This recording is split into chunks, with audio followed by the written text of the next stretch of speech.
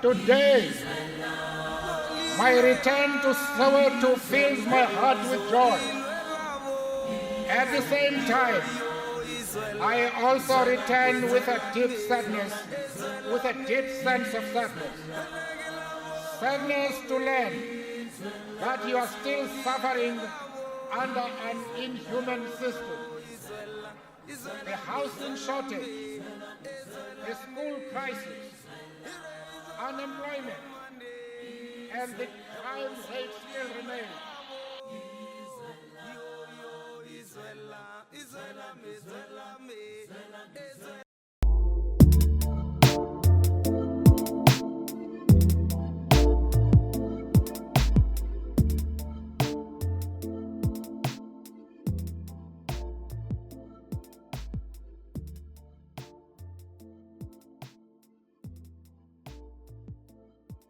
So Kwezi just joined the meeting. So now the idea here is to get youth, basic people who are just, living this day to day.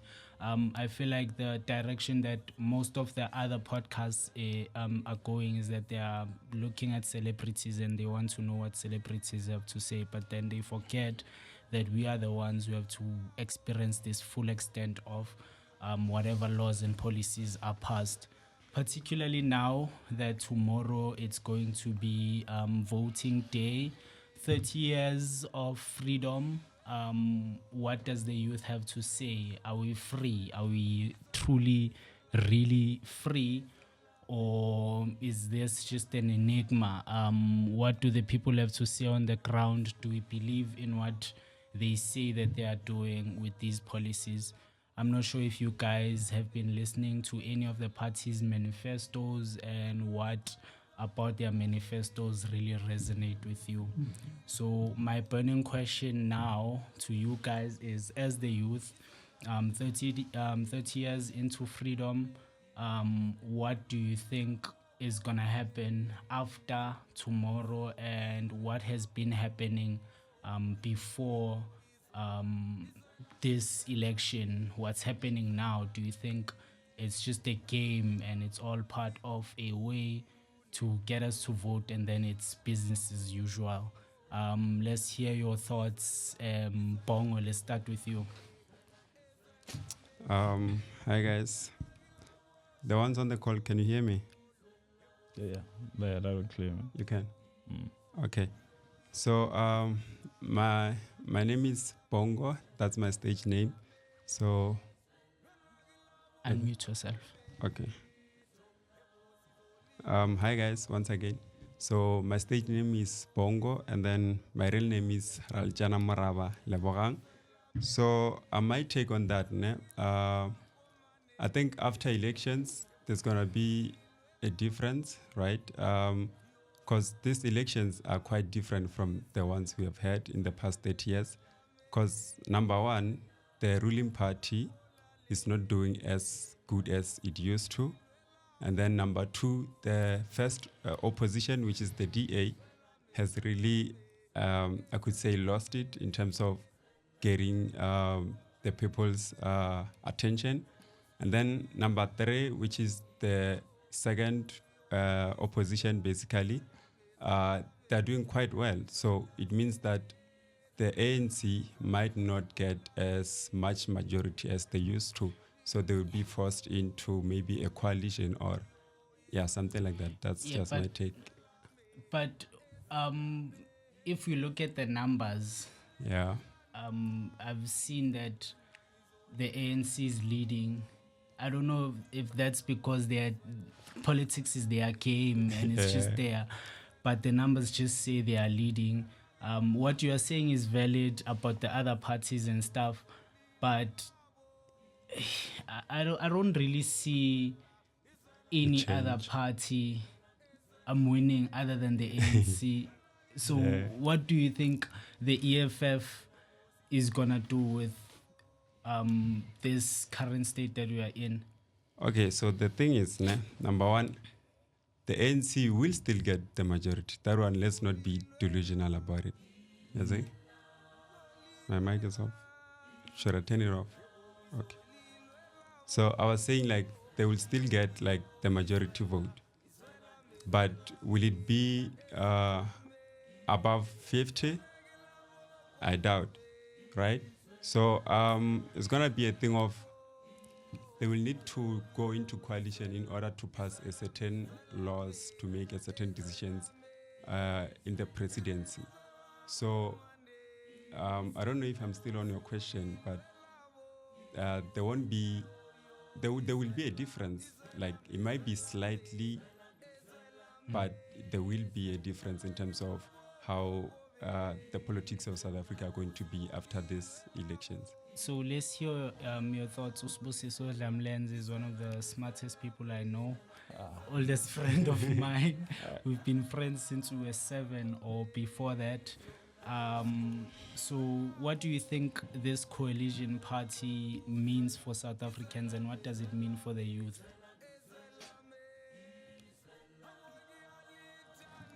Okay, cool. Thanks, guys. Thanks, Chancellor, for inviting us here.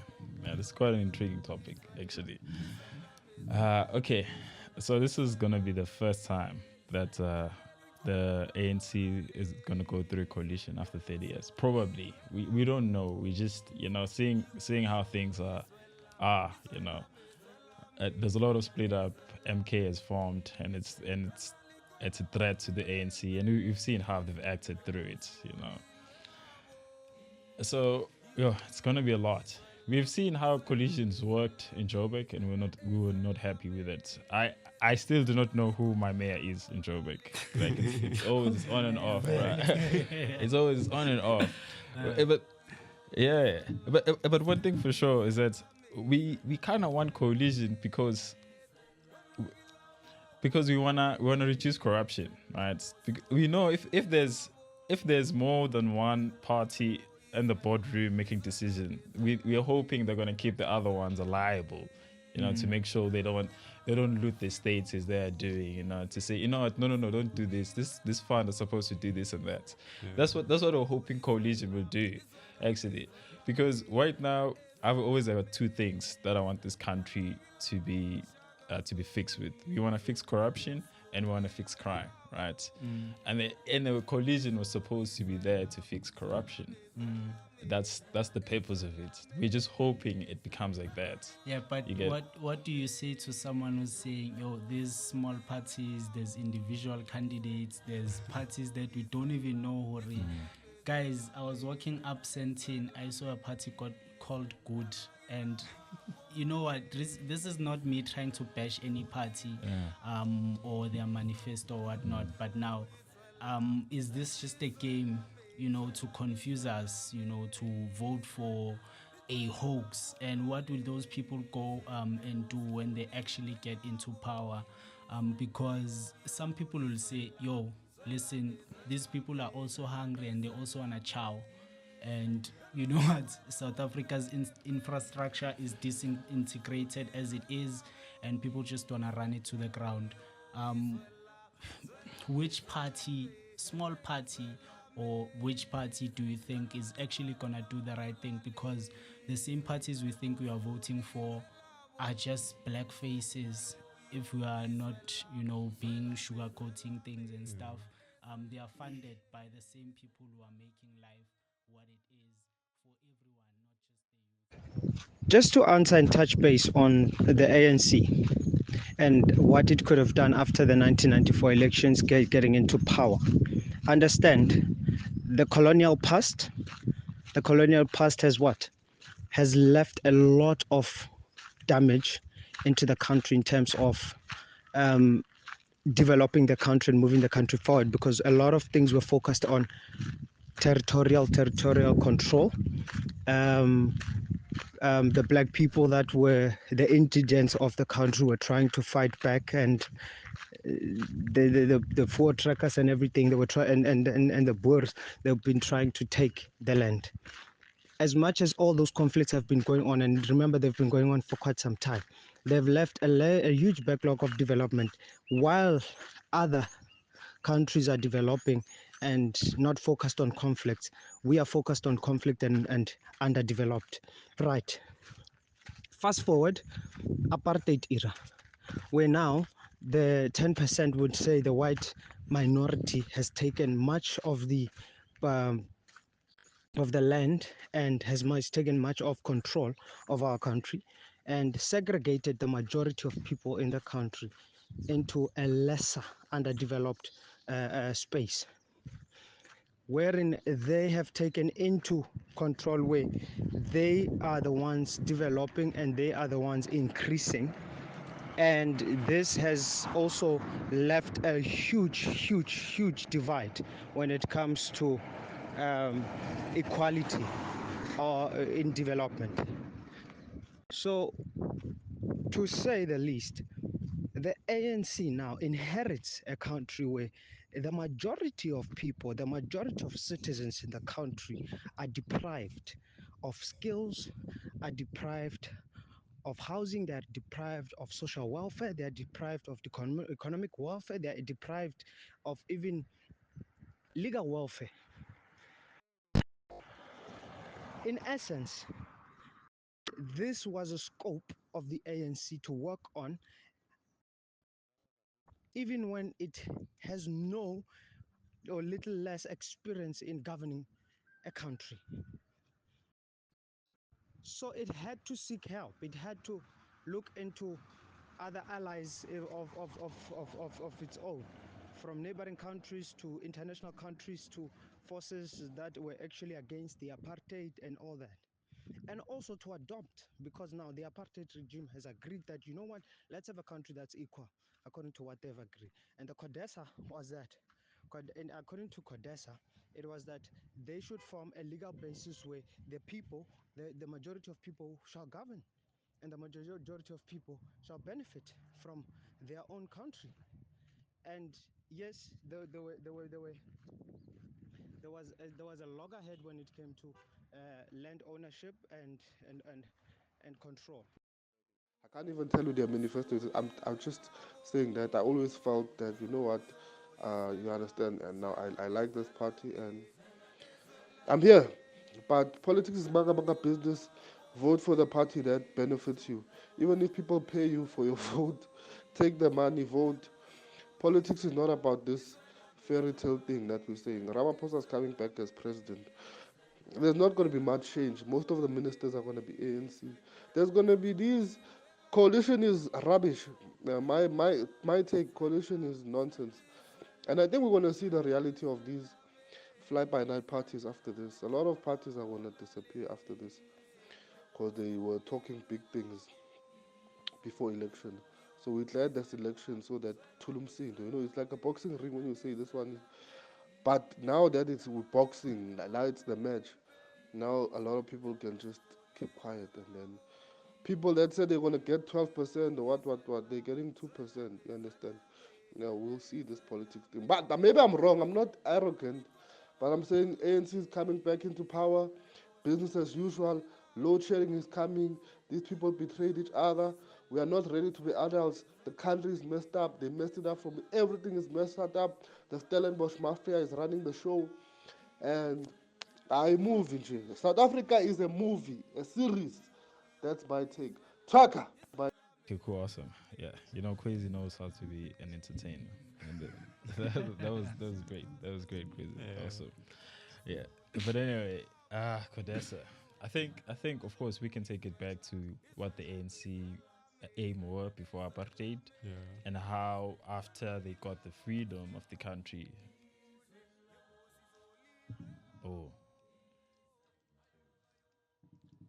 okay, cool. Yes. Okay. So after South Africa got its independence, and how they move on from that, like we know the ANC as people who wanted, they were more radical actually, Yeah. in the way we can think about it. They wanted, after they got power, we think about Chris Hani, their speech, think about those guys. They wanted, when they got power, they wanted everything back to the blacks. They wanted the land, that was their thing. We want the land bank. We want the farms to be. It's like it's almost it's almost what the EFF is preaching, in the way what the EFF, what the PAC is preaching, and what the ATM, those parties are also preaching at the moment. To the world to be shared with everybody.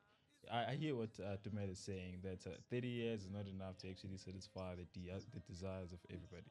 It is. Yeah, but the thing is, what the ANC was before apartheid and what it is now, it's those two are not the same thing. It's like after Codesa, things have changed. That's how it seems like.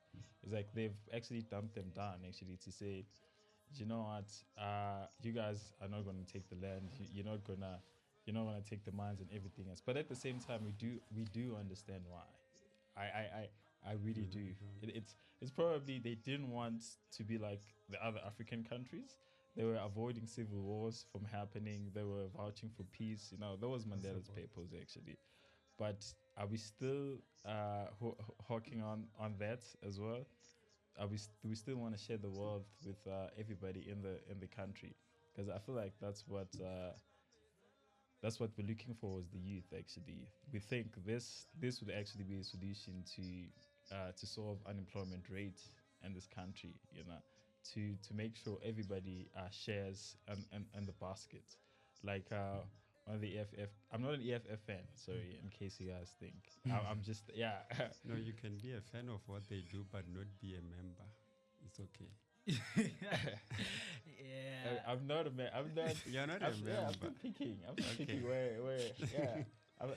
I'm still reading, cancelling out my list actually, which Sure. one belongs to where actually. Do your thing. do your thing. It really does feel like we're still eating crumbs under the master's table, right? Yeah. It really does feel like that. And all we need right now, we don't even need the bread actually. Like we need the seed. We need a farm. Yeah, we need the Need a seed. farm to plant to plant the in the land. Yeah. And to make the bread, Yeah. like to make as much bread as we have. Yo, guys, Yeah. thing is with me, ne? I like these radical ideas that we are getting with the land and the stuff.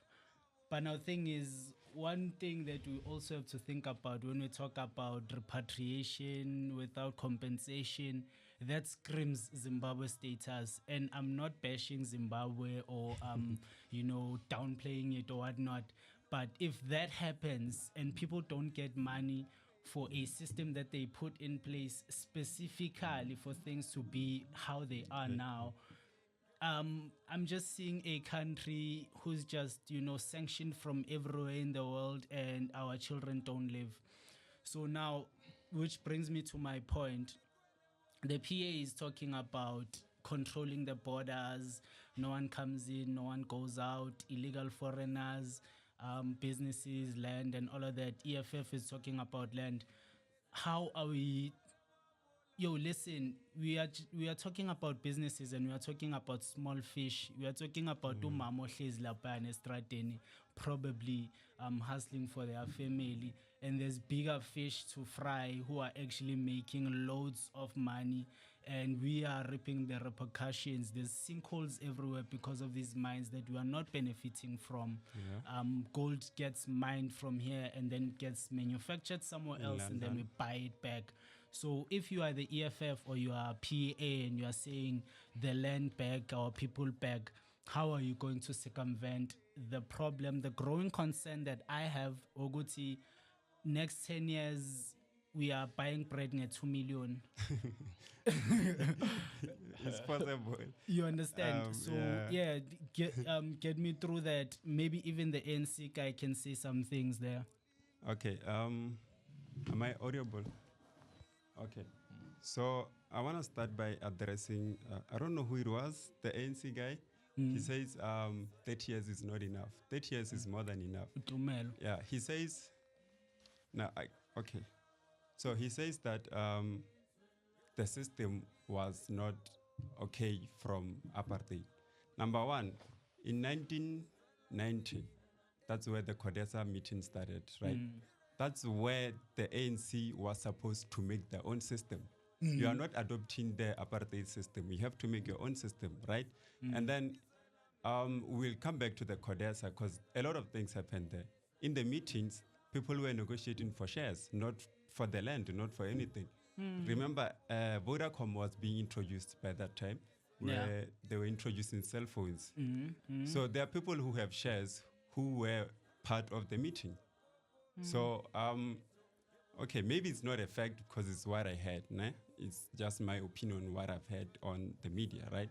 So, okay, the other thing I want to address, who is that one? Oh no, the other guy was just giving his own opinion. You Quiz. said, yeah, there you talking about the land, né? So I might sound like I'm campaigning for the EFF, but if what I say campaigns for the EFF, then it is what it is. So number one, né? When we expropriate the land, even if the whites who says they're gonna leave, those economic what people, we're gonna still be fine because number one, when we expropriate the land, we take the mines, we nationalize the mines and the banks, right? And then when we nationalize the mines, it means that no one is going to export gold, platinum, diamond into London. They're going to be cleaned here, they're going to be polished and cutted here, and then which means we're going to make factories to do those things. Then that is point number one of employment, right? And then point number two, if the West, which is America and Europe, decides that they are no longer funding us, it's fine. That's where we implement the BRICS. We have BRICS for what? For economic power. So BRICS is a left. It's what we call, you're saying? Yeah, basically like alternative if you don't associate with the left, with the West, I mean. So what the BRICS says is that we help each other economically. So we need to implement the BRICS. China is ready, Russia is ready, India is ready to invest in South Africa. So if the West is going, it's fine, they can go. Those, the BRICS will invest in South Africa. And then the other thing of employment, né? The ANC has been here for 30 years, but we have been seeing like, we need something, like we are the youth, we need something exciting to see. So the EFF says they want to create their first car as a country. We don't have a car. You know why we don't have a car? Because the ANC has signed deals with Germany that we will not create a car. You will export whatever that we do. We will manufacture your cars. That's why we have BMW manufacturing what they are here, because we manufacture for them, but then we have the capacity and the capability of doing so, and that will bring more jobs, right? And then I don't know what else I have to answer, but then yeah, in terms of I think the other problem is the open border policy. That is so with the open border, we're not saying we vote the 29 and then the 30 we open borders, anyone can walk. No. And the open border is not for illegal foreigners. EFF never said everyone must come here and undocumented. They said there must be migration, integration, right? So it doesn't necessarily mean undocumented people must come here. They have to be documented, right? And then the open border policy is about economy. We have to export into Africa. If South Africa creates its own things, Africa is ready to buy anything that is South African because we believe in one Africa. So that's my take. I don't know if anyone has questions or follow-ups. You make a very good point there, but some might argue that the whole reason why the dollar is so strong is because after some wars happened in the past, they were the only remaining power that could actually make the transactions, happen. So the only reason why mina ngilana ngisebenzisa FNB, you are using ABSA and you're gonna get your money 2 days after if I send it to you is because it has to be converted from our currency to American and then back, and then someone takes their money and all of that. Now you are talking about things that are very scary. You are talking about nationalizing banks. And as soon as that is mentioned, a lot of hairs go up A lot. on the policymakers, people who like things exactly the way they are working, you understand, with us getting the crumbs and them, getting everything. There was a scandal not so long ago where there was rand manipulation, and I didn't hear where that story went. It disappeared. You know why? They own the mainstream media. They own so- everything. And Malema said this I think in 2019 that rent is being manipulated. Tito Mboweni said, "We are Tlhanyana." Today they say rent is being manipulated. And then they charge the fine of, I don't remember how many millions, but those guys are taking trillions, like a lot of money from us. We as black people right now, let's say I'm black, you're white, we work at the same place, we earning the same amount of money.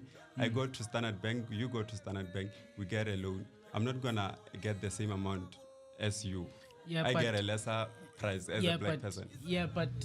some people might say, Hori, white people have collateral. So you get there already, you have a family trust or whatnot that's backing you. Yeah. So you have a lot more to bargain for. But wasn't that also engineered? Yeah, it was made because right now, that's why we say we're not going to buy Standard Bank, Net Bank. No, it's fine. We make our own bank as the nation that will have lower interest. That Wait, is what point about number. VBS? I don't know about VBS, but then the VBS report was, there's a report of the VBS. There is nowhere in the VBS where EFF is mentioned. Malema, your leader. He was mentioned, but was he proven guilty of stealing the money? He was mentioned as a suspect. And this is a democratic country. And then the justice system of this country says what? You are innocent until proven guilty. So those are allegations. Everyone can have allegations. We can say Ramaphosa Palapa, but it's not proven. So it's an opinion of someone and we can't prove it. It's fine, right? Even Ramaphosa, we can't say, okay, you can say, I don't trust him because of this, but you can't really take away that you can't prove it that this is what he did, right? So yeah, that's my thing on the National Bank that has lower interest and that gives our people loans, guys. We need those loans to work, to be like entrepreneurs and do our own things. And yeah, that's my take. Sbusiso, do you have anything to add on that? Do you have your views? Are you Okay, guys, I do convinced? have my views, but I want us to give people on the chat some chance. Actually, I see Okay. Tumelo Oh, has yeah, been yeah, raising yeah. his head. Who has been raising his hand? Tumelo. Yeah. Go ahead, Tumelo. Let me give you an honest answer from me. Starting with the 30 years into freedom thing, I think they betrayed each other in the very beginning. From the time people were going to Robert Island, from the time Wesizwe, the real Mkhonto Wesizwe, I'm not saying this one is not the real one, but I'm saying the military wing, that time it was being formed and people were dying for. I think they betrayed each other. I think the death of Chris Hani is big. It's a big taint on the ANC because of the demands of that he was making, and the reason why he needed to be eliminated. So it compromised the freedom that we receive. I think they betrayed. If you can see, it seems like Cyril Ramaphosa has been a spy and someone that we can't trust for all his life, and he's not even relatable to black people. I'm sorry, but he is gonna come back as president. My view is, ANC knows politics. ANC is coming back. Um, There's no collusion. There's gonna be collusion maybe there in province, what. But for the most part, ANC is coming back with a majority here. They know politics. They benefit, especially when you guys think that they're gonna lose out on their majority. Um, they are geniuses. I think Panyasa's coming back as Gauteng Premier. Ramaphosa is president. 350s. Nothing's gonna change. Hello, hello. So, based on the education system in South Africa, it's a lovely system. It's just, I mean, any education system is an effort to educate the public or its population. I don't want to say it's bad. It's bad. It has some strides. So, we have many avenues to inform or educate the public, be it via the national uh, certificates, as in the grade 12 matriculation, that's grade 0, as in 1, that's 12. Then there's 1 to 9, and then persons can do vocational training, as in not everyone can be doctors or engineers. We need vocational specialists. mechanics, plumbers, hands-on kind of stuff like carpenters. In closing, So that's lovely. And we are all adults in this room, and even on the call, all of you have finished a high school and your matric. 30 years into the freedom that you have been getting, do you think our education system has prepared us for what came after high school? And do you think it was equal because parents who could afford it could get their children to private schools and stuff, and then us the public school guys only realized when we get to tertiary, you know what, there's a lot of things we haven't been learning, and we only get a calculus besides high school is not the calculus you do go tertiary. So do you think the education system is working now in these current times? If not, how can we improve it so that our children don't experience what we've experienced? We're just gonna go around the studio and then get the closing views from the guests online, and then we can call it a show. Okay. So do you wanna go? Oh, you want me? I speak too much. Yeah, no, that's okay. Yeah, please. unmute your mic there. Okay, let me unmute my mic. Yeah. Okay, cool. No worries. I keep it short as much as I can. Actually, I think education is evolving. Actually, there's a lot of things that are happening now that we didn't have like in the 90s or even in the 2000s. You know, and it seems like things are still the same. Whatever we were learning then, we're still learning now. Actually, you know, nothing has changed in our education system, right? I know right now we can see there's a little bit of try actually to introduce AI in schools, you know, robotics, coding, and all these type of things. But we know they're not enough. Not every kid is going to go to AI. Some of them are more skilled in other area or not. I think we should, at first grade, we need to understand the child's development, what they're talented in, and how we can introduce them to what they're good at, whether it's music, whether it's dance, whether it's sports, or whether it's coding in AI. I think that's what we're lacking, and I feel like if we can do that, our education system will be better. You know, we'll have better jobs. We wouldn't have a lot of people unemployed sitting doing nothing or being in drugs. Actually, that we're just gonna keep it.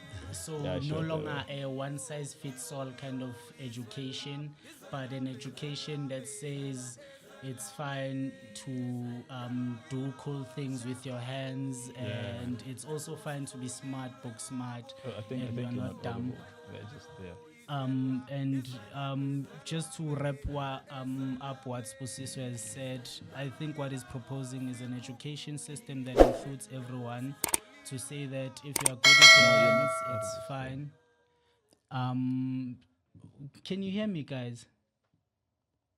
Yeah, so just teach children who are doing cool things with your hands is fine, and this one size fits all kind of education is not working for everyone. Bongo, do you have any closing statements? I have. Okay. Okay. I think what we can do now is simple, right? Okay, not simple. It's simple to say, but it might be difficult to implement. But then we need to introduce much more interesting subjects at school. From grade 10 to grade 12, you need to be doing mining, not these things of history, what. History should be associated with politics. You need to introduce politics in grade schools. 10, 11, and 12, so that those people, once they are matriculated, they know what to vote for, because we are out there because we don't know anything. So we need politics, we need agriculture need to be improved. We can't be learning about grasshoppers. We need to learn how to cultivate the land. We won't have a problem of expropriating the land, because we know that we are teaching those children to cultivate that land. So we don't need the West to tell us that if you take the land, you are not going to eat anything. At least we know that we will cultivate it ourselves. And then the other thing, I think the last one, because I think we have to wrap up. We need the youth in sports, in Minister of Education. You can't put old people there. You need someone active, right? You need someone active to say that we need to implement this and this and that. The system has been the same throughout, because they I'm not saying they're not critical thinkers, but they're not thinking critically, right? Because just that's my take on that, and I think we need the education system is okay, but we need to improve it. We can do better. That's my Okay. take on that. So yes, I think we've reached the end of our show. Just a quick reminder, guys, none of the things that we've said on the show are aimed at attacking or any, we're not saying that we are better than anyone. We are just a merely conversation. saying, you understand, listen to No, the your youth. mic.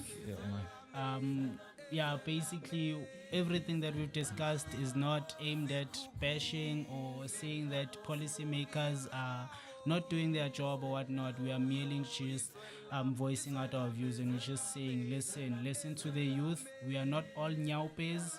There are people who actually think. So from myself, Umkalo Umlocho Maphep, Utiyan, Umpandani, ungelengele usigidi wena usitshe sidlela amasa amakhosi nenyama mawela umfula ugcwele uwela uphindela abonyawo zimansense intombi engagananga konkani yozala inkamba ngodlana bizane yafaka kabi yakhangela ngawo omabili emzileni yithakazelo zami ke lezo kancane kancane ngizozibamba ngekhanda.